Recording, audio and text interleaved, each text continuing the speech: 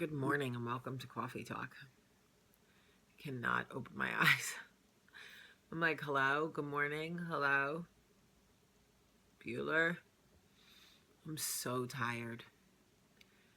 I can't catch up from Vegas, man. I can party like a 21-year-old, but I cannot recover like one. This is true. I'm working on this project for Ruben right now. Can I just tell you how much I love Ruben? Did you ever just have a friend who brings you like so much joy? You just hear his voice on the phone and you go, oh, I love you. That's me and Rubes. Rubester. Study Dead. Rubik's Cube. Ruby Dukes. All of which he hates, by the way. Just prefers Ruben, but he's friends with Jamie, so he gets all of that. Anyway, so I have to tell you guys the cutest thing. Yesterday I was talking to a friend of mine. He's a friend of mine, but he's really a friend of mine's son. But we just talk from time to time. I check in on him, and he goes to an Ivy League school. And we were talking about mail. And I said, listen, make sure you send me your school address so we could send you some, like, nice things, whatever. And he goes, yeah, mail makes me anxious. I said, why would mail make you anxious? He goes, I don't know, because it just, like, shows up. And I go, well, yeah, the mailman brings it. He goes, yeah, but how do they know where I am? Like, you're an adult and mail just starts showing up in your mailbox. How does that happen? Like, one day, nobody ever sends you mail, and the next day, you're getting, like, mail. And I started laughing because it's so true. We don't think about that, people our age, because we've been getting mail for so long. But I can imagine how, like, anxious it could make you to move somewhere, hit a certain age, and all of a sudden you're getting solicitation mail, bills, do you need a credit card? Like, all of these things. And if you are a person who, like, already has, like, a little bit of anxiety, I can imagine that all of a sudden all this mail showing up in your mailbox could make you very anxious. He was like, how do they know where I am? It was, oh my God, I laughed for like 20 minutes. We both did. I was like, you were so cute. That is really funny. He's like, all of a sudden they're sending me stuff about car specials and credit cards and this. And he was like, I just want to finish college. I was like, oh yeah, no, we're not a society that lets you finish anything. We're rushing you into the next phase of your life. Oh, you got engaged? When are you getting married? Oh, you got married? When are you having a baby? Oh, you had a baby? When are you having another baby? Jeez. So anyway, I thought that was really funny. So I wanted to talk to you guys a little bit about communication in pushing people away. We all have times in our life. Some times in our lives. You saw that coming, didn't you? We all have pain. Oh my God. I don't know how you guys put up with me. Anyway, we all go through things where we need space, we need downtime, whatever. And sometimes we need to take space or downtime away from people that we love. There is the right way to do it, and there is the wrong way to do it. If you cannot take space from the people you love without hurting them, without proper communication, you run the risk of pushing them away to the point where they don't want to come back or where they actually leave. That is just the truth. And I will say again, when people need space from me, and I get it, because my energy is a lot.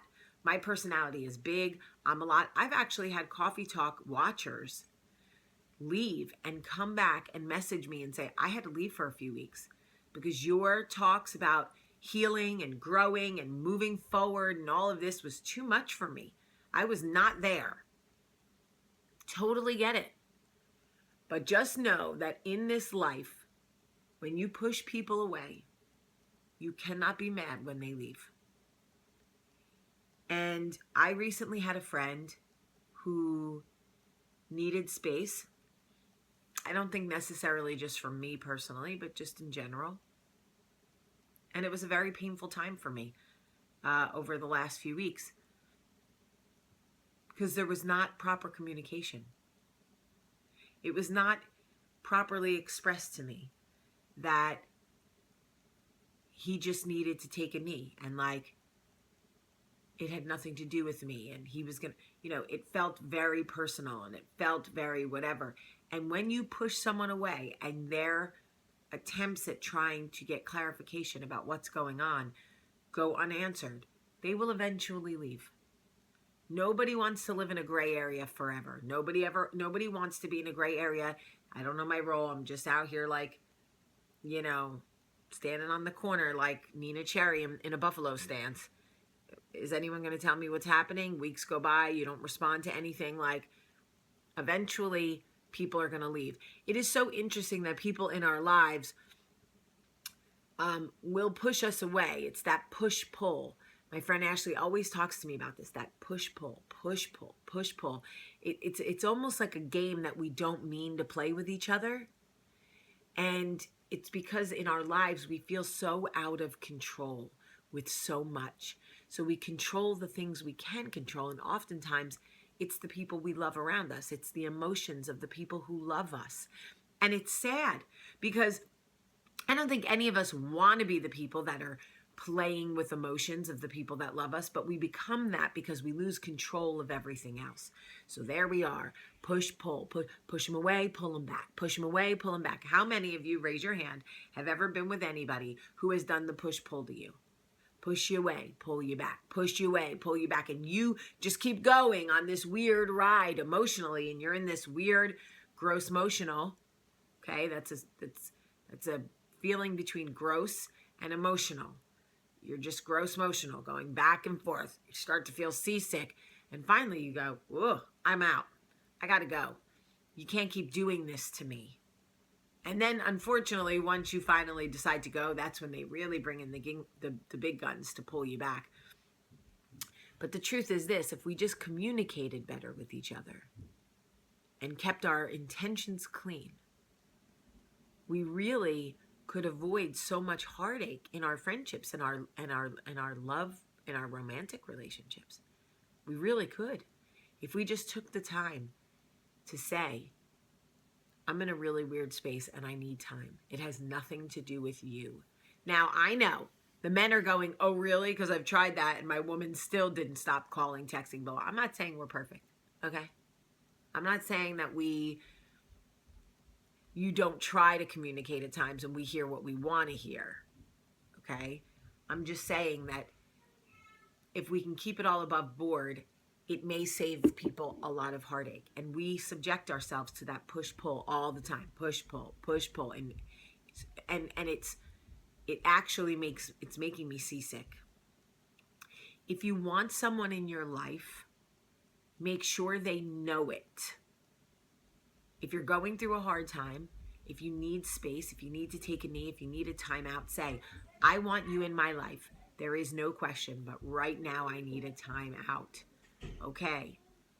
If you don't, if you're over whatever experience the two of you have had together, say that. This isn't working for me anymore. I need to move on. And I know it's painful, but I'm going through a weird time and I need to move on. It sucks, but it's better than being gross emotional, stuck in emotional purgatory, not knowing where you stand with somebody with the push-pull, push-pull. They push you away, they pull you back, they push you away. That is awful. And if you're doing that to somebody right now, try to communicate better and let them know where they stand, because I'll tell you, it sucks. All right, folks, it is hump day. Halfway there. I love you so much today. Have a great day.